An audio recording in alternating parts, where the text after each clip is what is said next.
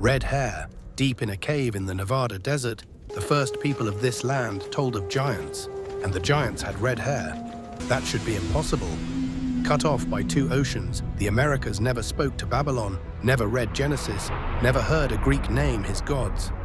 And yet, across this entire hemisphere, the same story surfaces again and again in cultures that never met. A first race of giants once ruled the world, and a flood washed them away. The cave is where we begin. The Paiute of Nevada called them the Ca. Picture a people who measured these giants not by legend, but by fear. Raiders taller than any man, with pale skin and hair the color of rust, who hunted the Paiute, and the stories say, devoured them. This was not a tale told to frighten children. It was kept as history. In 1882, Sarah Winnemucca Hopkins, daughter of a Paiute chief, wrote it down in Life Among the Paiutes, so the account would outlast the people who carried it. The giants, she tells us, were finally cornered, driven into a cave, brush piled at the mouth and set alight. Imagine standing at that mouth in the firelight, the heat pushing back, the smoke pouring in, the sounds from inside the stone. Those who stayed burned. Those who fled into the smoke were cut down at the entrance. That cave was not a hiding place. It was a tomb, and almost no one stops to ask the obvious. Why red hair? Why giants? Why a war of extermination remembered as a founding act?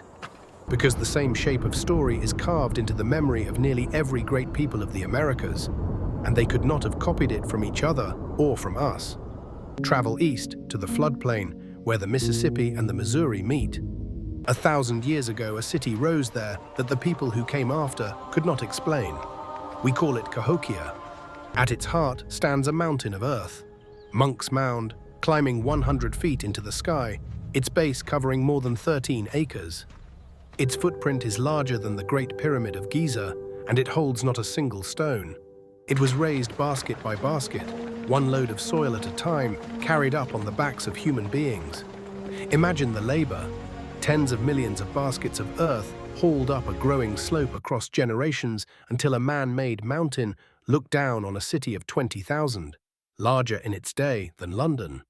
When European settlers found these mounds by the thousands, they refused to believe the native peoples had built them, so they invented a vanished race of mound builders, a lost civilization of giants and kings. That story was not history, it was theft, a lie told to bury the ancestors of the very people still living beside the mounds. But strip away the colonial lie, and an older pattern remains underneath, one the builders themselves carried, that before this world there was another, and the one before ours ended in water. The Aztecs counted it precisely. They believed the world had been created and destroyed 4 times before our own. We live, they said, in the age of the Fifth Sun. And listen to who came first. The earliest of those worlds, the age they called 4 Jaguar, was peopled by giants, a race who walked the earth until the beasts of the world rose up and devoured them. Giants at the dawn of time, a flood near the end of it. The Aztec calendar holds both in the same order as everyone else. And listen to how they tell that flood. The gods resolved to drown the world for its corruption. But one couple was warned. Tlaloc, god of the rains, favored a devout pair named Tata and Nena and told them what was coming. Hollow out a great cypress tree, climb inside and seal it. Picture the two of them shut in the dark of a hollow log while the sky empties and the water lifts them off the earth, every mountain vanishing beneath them, until their tree runs aground on a single peak, rising from an ocean that used to be the world. If that sounds familiar, it should. That is not a coincidence. It is a memory.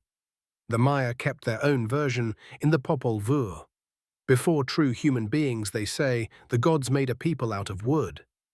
The wooden people walked and spoke and multiplied, but they were hollow, with no hearts and no memory of who had made them. So the heart of sky sent a flood to wash them from the earth, and the few that survived were turned into the monkeys that still cry in the trees. A first creation judged unworthy, undone by water. And in the high Andes, the Inca said it most plainly of all.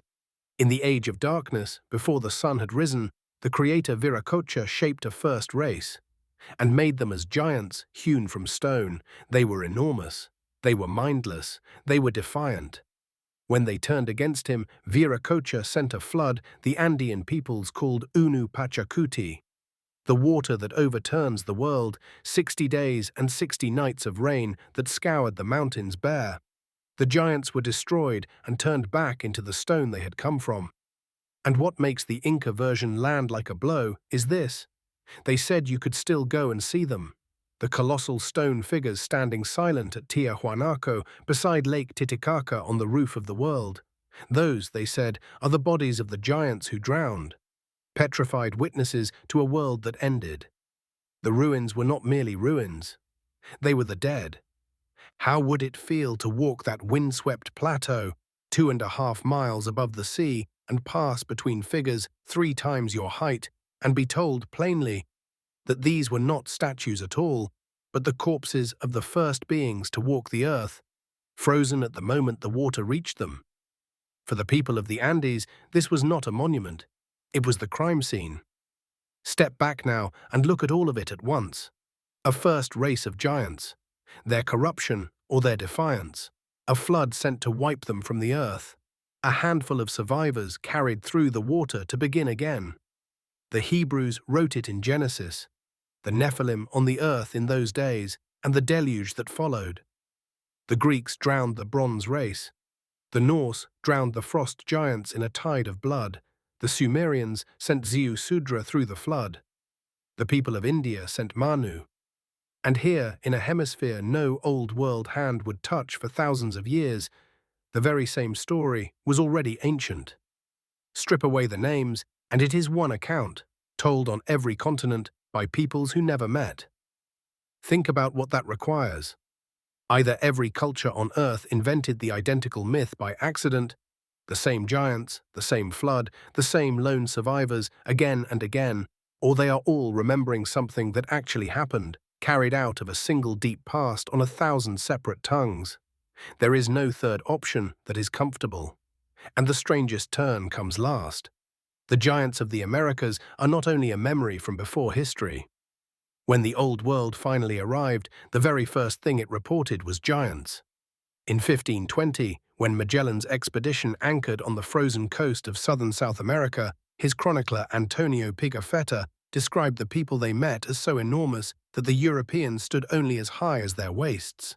Magellan named that land Patagonia, the land of the giants, and the name has clung to every map since. Perhaps the accounts swelled in the retelling, but notice the instinct.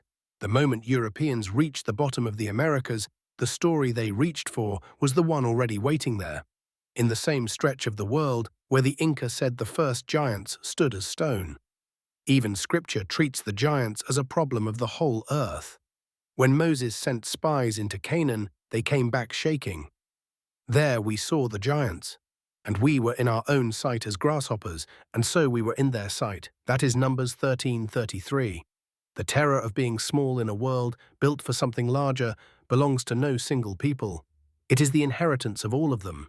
And the Aztecs did not believe the destructions were over. We live in the fifth sun, they taught, and it too is numbered, destined to end one day in earthquakes, the way the worlds before it ended in flood, in fire, in wind. 4 ages gone. We are the fifth, and no one ever wrote down how long the fifth was meant to last. So here is the question I want to leave you with. Every one of these cultures did the same thing with their giants. They sealed them away. Under a flood, inside a cave in the Nevada desert, beneath a mountain of earth on the Mississippi, turned to cold stone on a mountainside in Peru. They buried the first world and built ours on top of it. But sealed is not the same as gone. The Paiute still point to the cave, the Inca still pointed to the stones. And you are hearing this now on a continent that supposedly had no part in the story, and yet carried it the whole time. The flood did not end them. It only put them out of sight, and the deeper you dig into the ancient world, on any continent, in any tongue, the clearer it becomes. The old powers never truly vanished. They were only forgotten. But the story does not end at the water's edge. We have now followed the giants around the entire world, from the mountains of Greece to the ice of the north, from the clay of Sumer to the rivers of India to the mounds of America. And everywhere, the same shadow falls across the beginning. So where do we go from here? Back to the source, who the giants truly were, where their bloodline ran, and what the oldest texts were trying to warn us about. Subscribe to History Remembered and keep following the trail, because some stories are buried on every continent for a reason, and that reason is still waiting to be uncovered.